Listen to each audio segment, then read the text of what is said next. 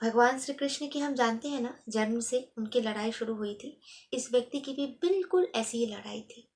उसने हर एक लड़ाई को जीता।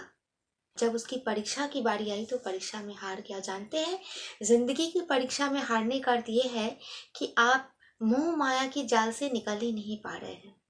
मोह माया आपको अपनी जाल में ऐसे फंसाए हुए हैं कि आप जो सच्चा प्रेम है उसको आप समझ ही नहीं पा रहे हैं, क्योंकि उन्होंने इस यूनिवर्स का इशारा समझा, सीखा और आगे बढ़ गया। उस मोह माया के जाल से आगे बढ़े। मोह माया का जाल ऐसा है ना कि आपको गलतियां करवाते रहता है।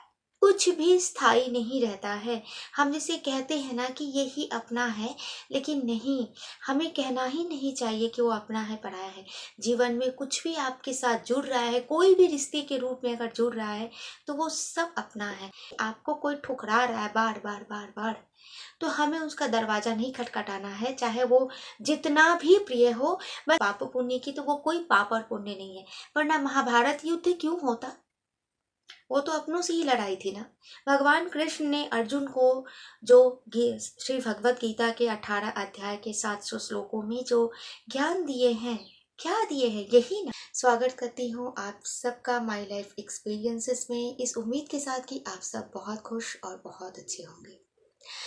जी हाँ फ्रेंड्स, रिश्तों में हार और जीत तो होती नहीं है, मैं नहीं मानती।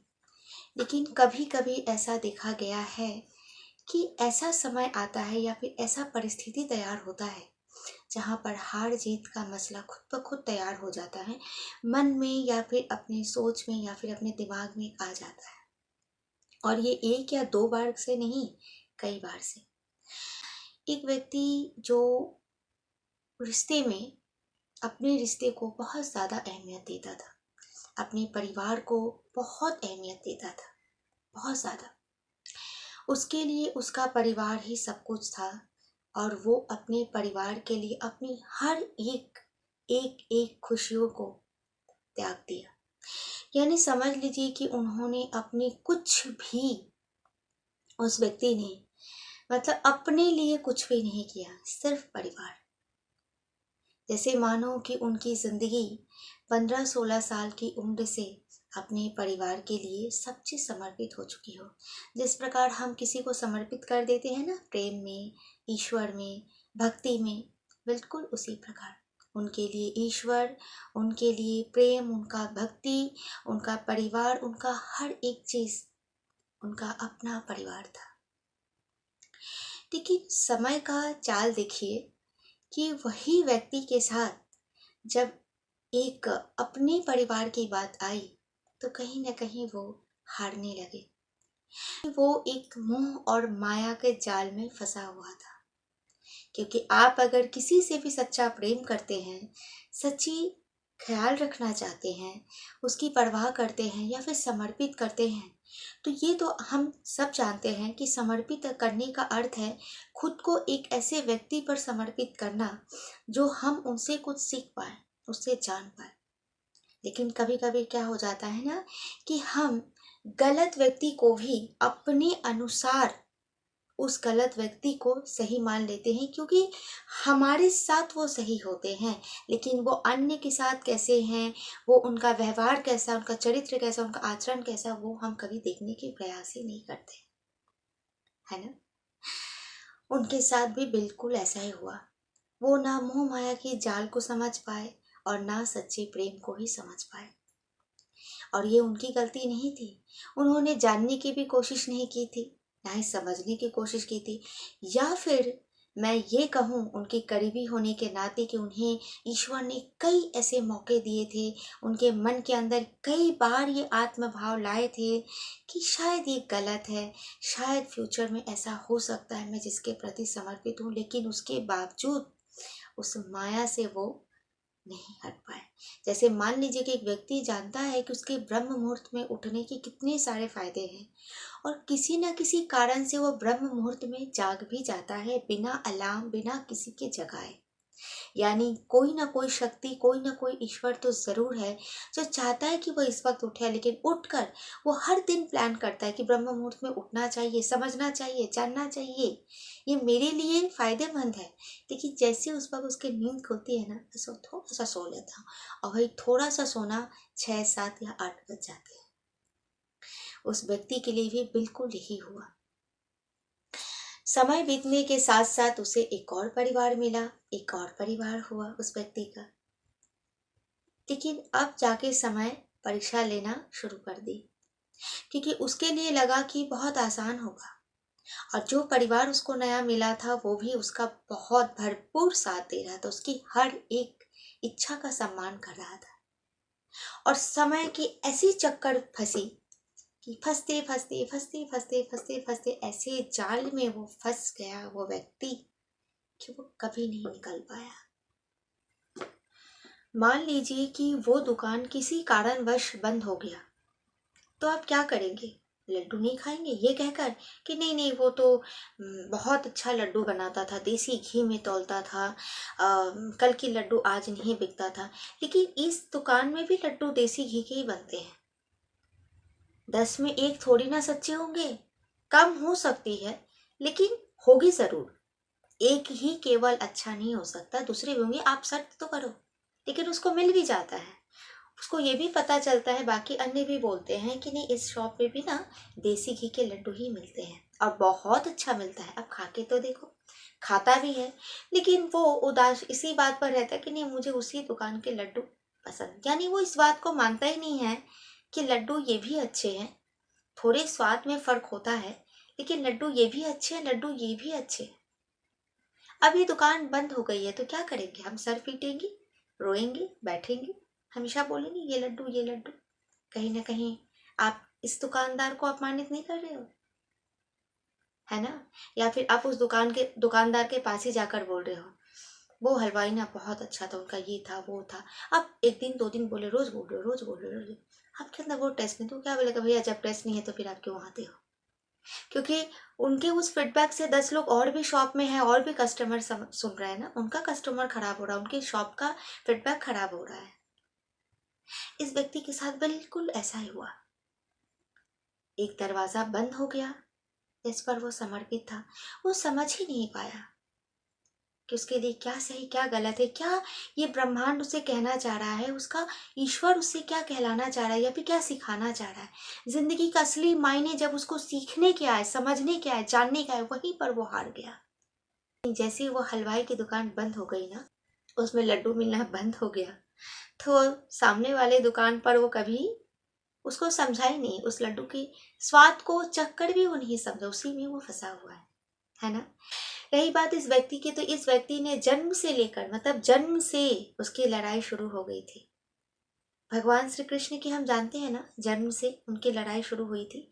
इस व्यक्ति की भी बिल्कुल ऐसी ही लड़ाई थी, उसने हर एक लड़ाई को जीता। जब उसकी परीक्षा की बारी आई तो परीक्षा में हार गया। जानते हैं जिंदगी की परीक्षा में हारने का अर्थ ये है कि आप मोह माया की जाल से निकल ही नहीं पा रहे हैं। मोह माया आपको अपनी जाल में ऐसे फंसाए हुए हैं कि आप जो सच्चा प्रेम है उसको आप समझ ही नहीं पा रहे। तो फिर इस व्यक्ति के साथ भी बिल्कुल ऐसा ही हो रहा था, ये समझ ही नहीं पाया। हालांकि हर प्रयास कोशिश की गई और वो कोशिश कर रहा है, मरते दम तक उसने आप प्राण चेष्टा की जिंदगी में जीतने की। धन दौलत संपत्ति से तो वो व्यक्ति जीत गया, लेकिन रिश्तों में वो हार गया, क्योंकि जो नहीं मिला उसके लिए उसने मोह माया का जाल से वो छुटा नहीं या छुट नहीं पाया, और जो मिला उसकी वो इज्जत नहीं कर पाया, उसकी वो सम्मान नहीं कर पाया। और कभी कभी हम कोई इंसान देखते हैं कि उसे भी कई इंसान ऐसे हैं जिसे उसी तरह की परीक्षा ली जाती है।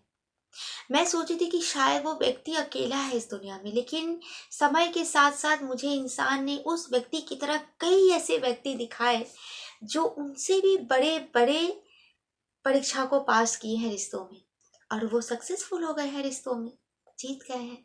क्यों? क्योंकि उन्होंने इस यूनिवर्स का इशारा समझा, सीखा और आगे बढ़ गया, उस मोह माया के जाल से आगे बढ़े। लेकिन ये नहीं हार पाए। और कहीं न कहीं ये जीत कर भी हार गए रिश्तों में। जब इन्हें समझ में आया कि सच में मुझे अब कैसे रहना चाहिए, क्या अब भी मुझे उसी हलवाई की दुकान में सोचना चाहिए?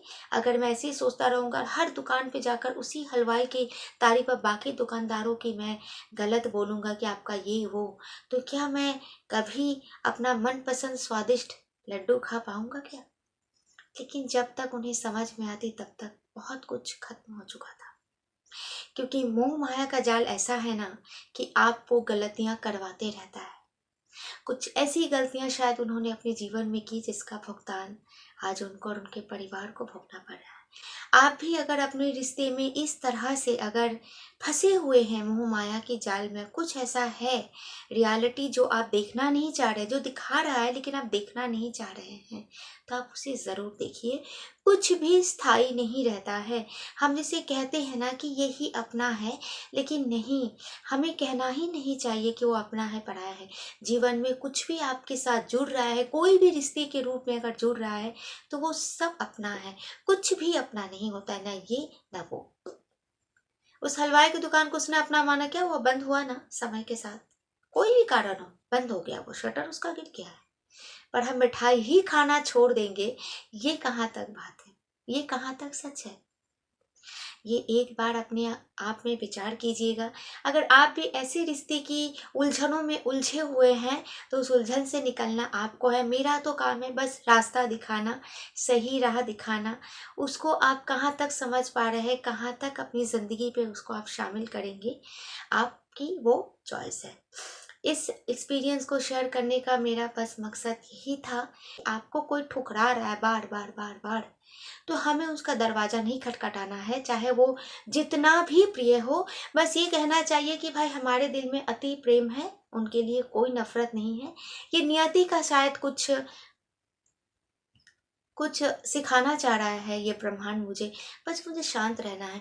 अक्सर हम मुँह माया के जाल से इसीलिए नहीं निकल पाते हैं ना कि हमें लगता है कि शायद ये गलत है, शायद ये पाप है कि जो रिश्ता पहले मिला लोग बोलेंगे कि अरे तू तो छोड़ दिया उस रिश्ते को, ये कर दिया। यही सोच होती है ना कि लोग क्या कहेंगे, लोग क्या बोलेंगे, या फिर कहीं मैं पाप तो नहीं कर रहा हूँ। लेकिन ये लोग तो कहते रहेंगे, लोग उस व्यक्ति के पास भी आएँगे और लोग उस व्यक्ति के पास भी आएँगे, दोनों के पास दोनों मुँह पे उसके अनुसार बातें करके चले जाएँगे। उसको लगेगा कि वो शायद उसकी सपोर्ट कर रहा है, उसको लगेगा शायद उसको उसकी सपोर्ट कर रहा है, लेकिन नहीं, वो बस मज़े ले रहा है दोनों तरफ जाकर।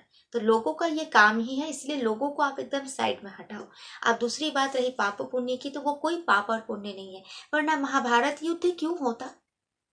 वो तो अपनों से ही लड़ाई थी ना। भगवान कृष्ण ने अर्जुन को जो श्री भगवत गीता के 18 अध्याय के 700 श्लोकों में जो ज्ञान दिए हैं, क्या दिए हैं? यही ना। बातें तो बहुत है इस एक्सपीरियंस से जुड़ी, लग रहा है कि मैं बहुत कुछ बोलूं, लेकिन समय कम है और समय मूल्यवान मेरे लिए भी है और आपके लिए भी है।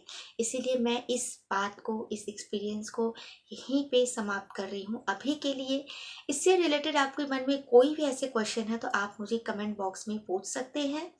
मिलते हैं अगले किसी इंटरेस्टिंग से टॉपिक के साथ, तब तक के लिए फ्रेंड्स, राधे राधे।